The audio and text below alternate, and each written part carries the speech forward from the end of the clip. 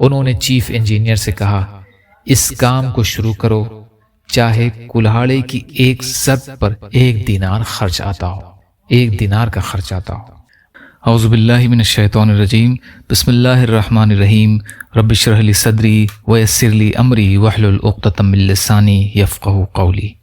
ملکہ زبیدہ کی خدمت کے لیے 100 نوکرانیاں تھیں جن کو قرآن کریم یاد تھا اور وہ ہر وقت قرآن پاک کی تلاوت کرتی رہتی تھیں۔ ان کے محل میں سے قرأت کی گنگناہٹ شہد کی مکھیوں کی بنبناہٹ کی طرح آتی رہتی تھی۔ زبیدہ نے پانی کی قلت کے سبب حجاج کرام اور اہل مکہ کو درپیش مشکلات اور دشواریوں کا اپنی آنکھوں سے مشاہدہ کیا تو انہوں نے مکہ میں ایک نہر بنانے کا ارادہ کیا۔ اس سے پہلے بھی وہ مکہ والوں کو بہت زیادہ مال سے نوازتی رہتی تھیں اور حج اور عمرہ کے لیے مکہ آنے والوں کے ساتھ ان کا سلوک بےحد فیاضانہ رہتا تھا۔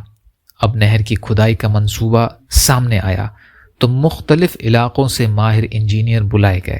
مکہ مکرمہ سے 35 کلومیٹر شمال مشرق میں وادی حنین کے جبل اقتاد سے نہر نکالنے کا پروگرام بنایا گیا۔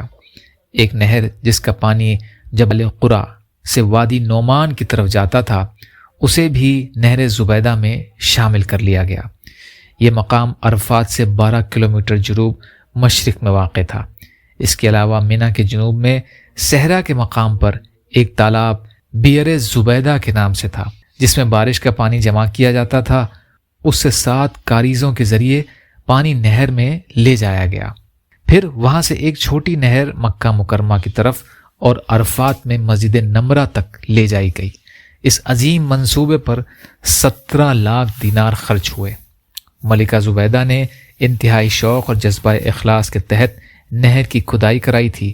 وہ حجاج کرام اور اہل مکہ کو پانی کی دشواریوں سے نجات دلانا چاہتی تھیں، اور یہ کام صرف اللہ تعالیٰ کی خوشنودی کے لیے انہوں نے کیا۔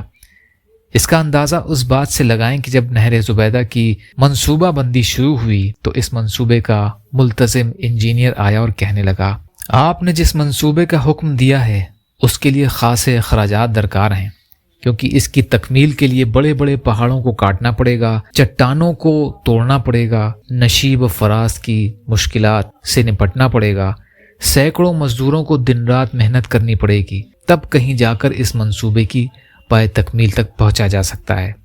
یہ سن کر زبیدہ نے جو جواب دیا وہ دلچسپ بھی ہے، اور اس سے ان کی قوت فیصلہ اور منصوبے سے دلچسپی کا اظہار بھی ہوتا ہے۔ انہوں نے چیف انجینئر سے کہا، اس کام کو شروع کرو، چاہے کلہاڑے کی ایک ضرب پر 1 دینار خرچ آتا ہو، 1 دینار کا خرچ آتا ہو۔ اس طرح جب نہر کا منصوبہ تکمیل کو پہنچ گیا تو منتظمین اور نگراں حضرات نے اخراجات کی تفصیلات ملکہ کی خدمت میں پیش کیں۔ اس وقت ملکہ دریائے دجلہ کے کنارے واقع اپنے محل میں تھیں۔ ملکہ نے وہ تمام کاغذات لیے اور انہیں کھول کر دیکھے بغیر دریا میں ڈال دیا اور کہنے لگیں، الہی، مجھے دنیا میں کوئی حساب کتاب نہیں لینا، تو مجھ سے قیامت کے دن حساب نہ لینا، قیامت کے دن حساب نہ لینا۔ ملکہ زبیدہ نے یہ عظیم الشان کام انجام دے کر حجاج کرام اور باشندگان مکہ مکرمہ کو پانی کی قلت کے سبب درپیش مشکلات کا مسئلہ حل کر دیا۔ اللہ تعالیٰ اس نہر کو ان کے حق میں صدقہ جاریہ بنائے۔ ان کی وفات بغداد میں جمادی الاولیٰ 216 ہجری میں ہوئی۔ البدایہ والنہایہ۔ یا اللہ ہم سب کو کہنے سننے سے زیادہ عمل کی توفیق عطا فرما۔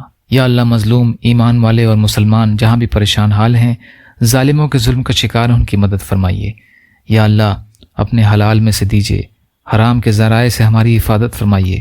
یا اللہ اپنے غیر سے بے نیاز کر دیجیے، جو مانگا وہ بھی عطا کر دیجیے، جو مانگنے سے رہ گئے وہ بھی عطا فرمائیے۔ ربنا تقبل منا انک انت السمیع العلیم برحمتک یا ارحم الراحمین۔ لا الہ الا اللہ محمد رسول اللہ۔ السلام علیکم ورحمۃ اللہ وبرکاتہ۔